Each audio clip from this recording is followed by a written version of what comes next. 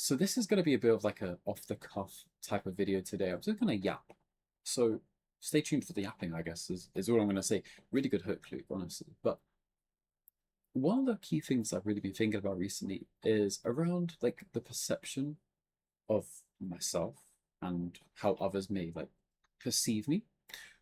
I've stopped caring so much, right? Like as I've become more of like a mature man or adult or whatever, I've really just stopped giving a F about what people think about me, how I'm perceived, how others might think about what I am, who I am, and the work I do. Because you know what's funny?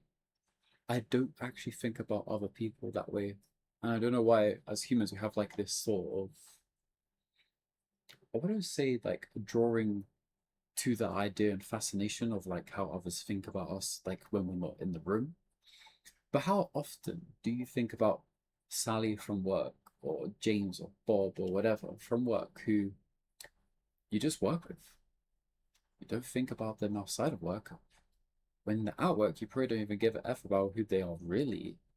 So why as humans are we so innately like focused on the fact that we care about our perception and like social hierarchy, our social status and the way I guess we're perceived, right? I've really stopped caring in the essence of you can think whatever you think about me, but I know who I am like deep down. And just like yourself, whoever you're watching, boy, girl, insert thing here, whatever you want to identify yourself as, you probably don't care as much as you probably think you're leading on to. But like as a whole in humans, we probably care way too much as well. So like there is a bit of a scale to this, right? Because you're probably clicking this video thinking, oh, this guy probably speaks similar to me or has the same ideas. And if I do, cool. If I don't, cool. That's the whole point of like existing, right? You're meant to have opinions and have discourse online, social media, YouTube, everything else in between that has some element of media or some sort of element that people could talk about particular things in the world may have like muddied that kind of idea and concept a bit, I guess, over time. But for myself, like there's just ideas and things I want to talk about, right? And part of me just always wants to not have a voice because like everyone has that kind of inner voice that they feel like they need to be heard, and I completely understand and buy into that.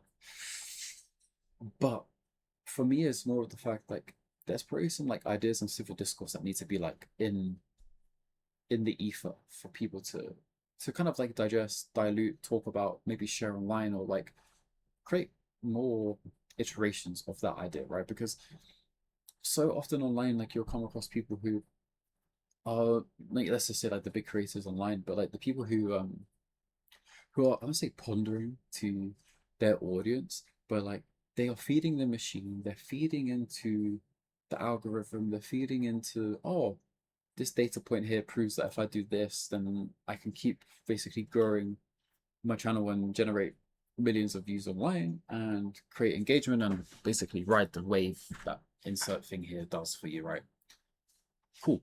But at what point do you need to like absolve yourself from just doing that every single day, whether it's like in a job, a career, a business? Like we're so fixated with like looking at things, making an educated guess or an assumption or analysis of it, to then recreate it, do more of it, and like kind of just feed the machine and feed the you know what I'm trying to say? Like I guess I guess we could say that with like anything. Like you look back on the past, you make informed decisions in the future.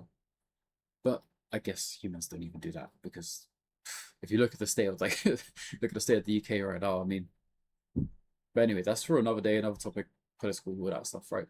But what I'm trying to get at is humans are so innately like focused on themselves and like the perception of themselves through the eyes and lens of someone else.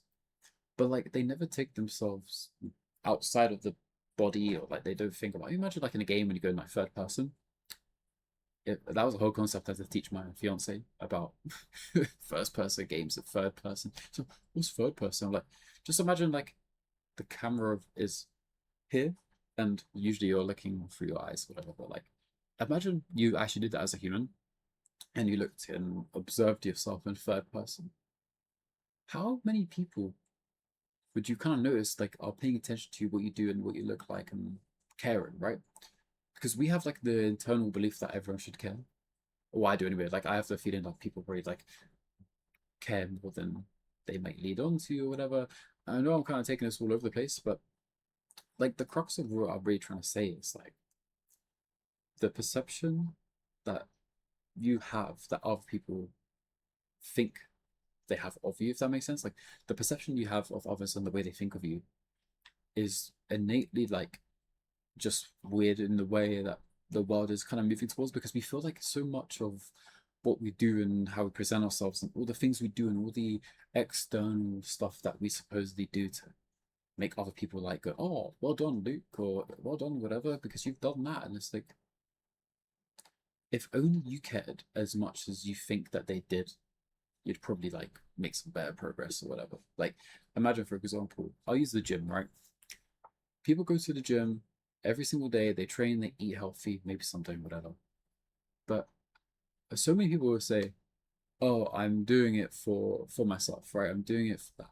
I'm one of those people with that as well. Like you would say, I'm doing it for myself, but ultimately, deep down, there's like a sense of ego in the sense that you want to be validated by the other people who are below you in terms of like that gym hierarchy. If we're going to use like the gym, because they're going to be like, oh, he is like on it every single day. He's fit, strong, can do this, could do that. Like for example, like ego lifters, right? Like people that would bench like 120 plus kilo, and they're like, ooh, ooh, whatever. And it's like, cool, but you're doing that with an eye elsewhere. You're like doing this, making sure, oh, yeah, Sally saw me, Susan saw me, so did Dave and the boys. Like, that's like one extreme, but like, you see all the time when you're in the gym. And I haven't been in gym in ages because I just train at home. But like, you get what I'm trying to say is you're not doing it for the sake of doing it.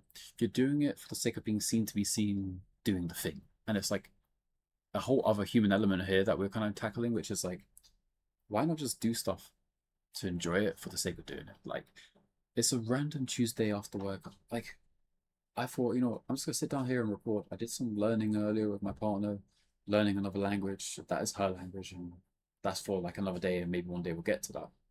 But it's like I'm doing that because one, it's like mental stimulation and it's something new to learn and study, but like it's also something like these pursuits, they're important to me. And I couldn't care less if people around the pursuit of like learning a new language like care or not. But what you realize, for example, in that pursuit is people actually are really encouraging because they're like, oh my God, well done. Like that is really cool. You're learning like another language and that means you could communicate with other people, albeit the language is quite, you know, niche in terms of like the population size of people that speak it.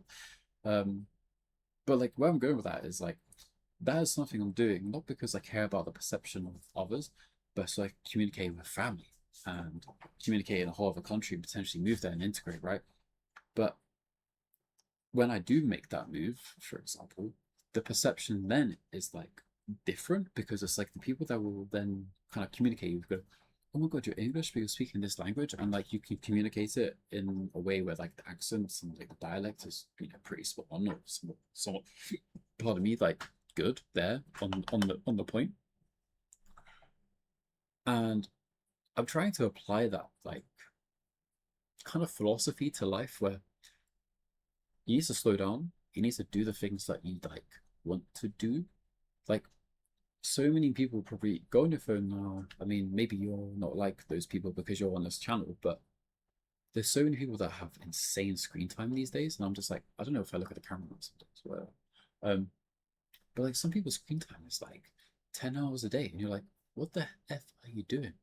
Oh, I'm bored. I don't really find enjoyment for anything, or this, that, the other. And I'm just like, bored. You know the quote, boring people get bored, only boring people get bored. Like, I completely get that. There are times where, like, in the last couple of years, maybe like brain rot TikTok definitely captured me, but there were some other things going personally where I probably could have made changes, but like, I had to, this will be a concept like we'll talk about in another video where it's like you sometimes need to kill versions of yourself that you have in here, but also kill that version of yourself like in the in the material plane of existence, which is like there might be a version of you who loves to play video games every day. After work, or you don't work, you're bum, you're working at, McDonald's, living at home, whatever. But there's like a version of you, right, that every day after work or school, he comes back, she comes back, and he plays for 6, 8 hours. I was gonna say 6, 7, but you guys, you ain't catching me in that bullshit.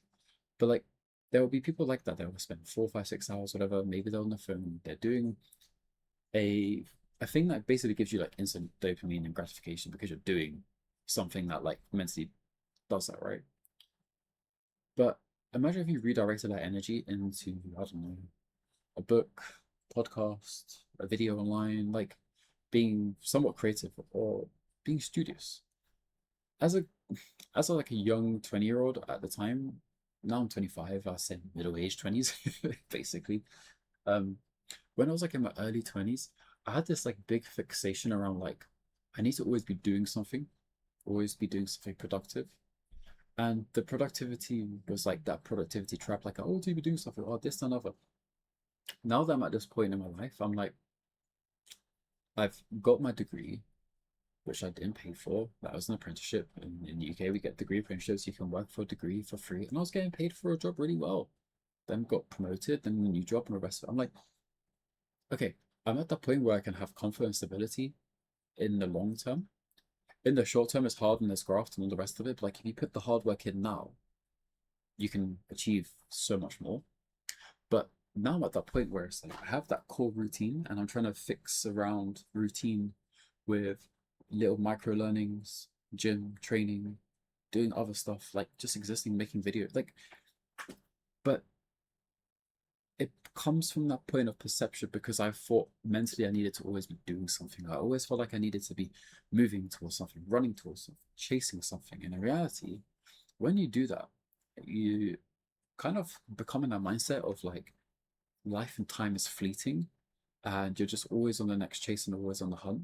But sometimes if you just think about it, you just slow down and you really like kind of just piece the puzzle together over time in a way that actually is healthy, you'll start to kind of like allow life to unravel, slow down, pick up things that you've always wanted to, but like in your own natural, authentic, organic way, I guess.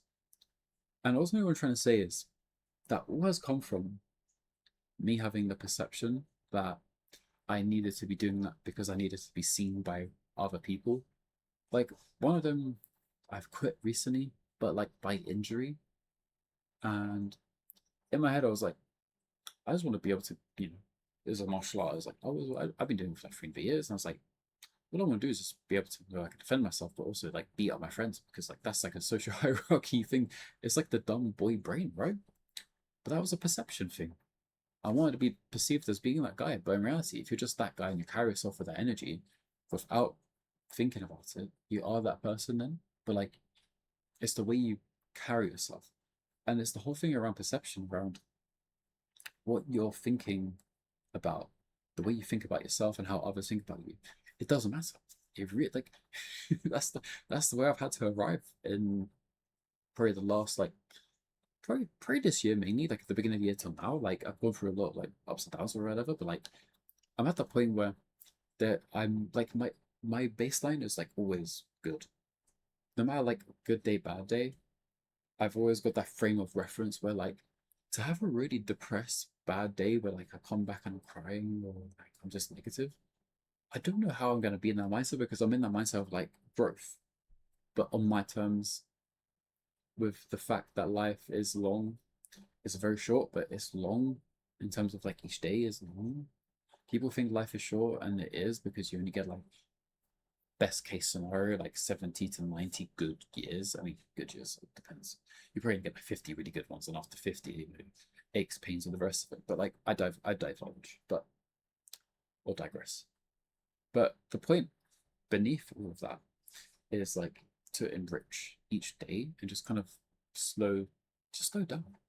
Don't care about the perception of yourself in the eyes of others because you'll just kind of live on the hamster wheel of like, oh, I need to be better, I need to do this, I need to do that, blah, blah, blah. And it's like maybe that's just my internal brain, maybe you're the same as me, but like your brain is always just churning out ideas of like or I should do this, I should do that. And this is going to be a video for us to talk about at some point, which is around like killing identities of yourself and versions of yourself, not for the sake of others, but for the sake of yourself. And that was a really good yap session. Now, I really appreciate if you watch this video all the way to the end. I'm never going to beg for likes, comments, and subscriptions and the rest of it. Maybe in the future, when I'm a sellout. Joking, but like, if you enjoyed the video, do what you ever want to do underneath it, whatever. I'm just here to make videos and talk. I'm an autistic dude. It's all faults. That's just the way the game is. But yeah, don't be too harsh on yourself, honestly. If you can't be happy with yourself, you can't expect others to be happy for you to feel fulfilled. And on that bombshell, good night.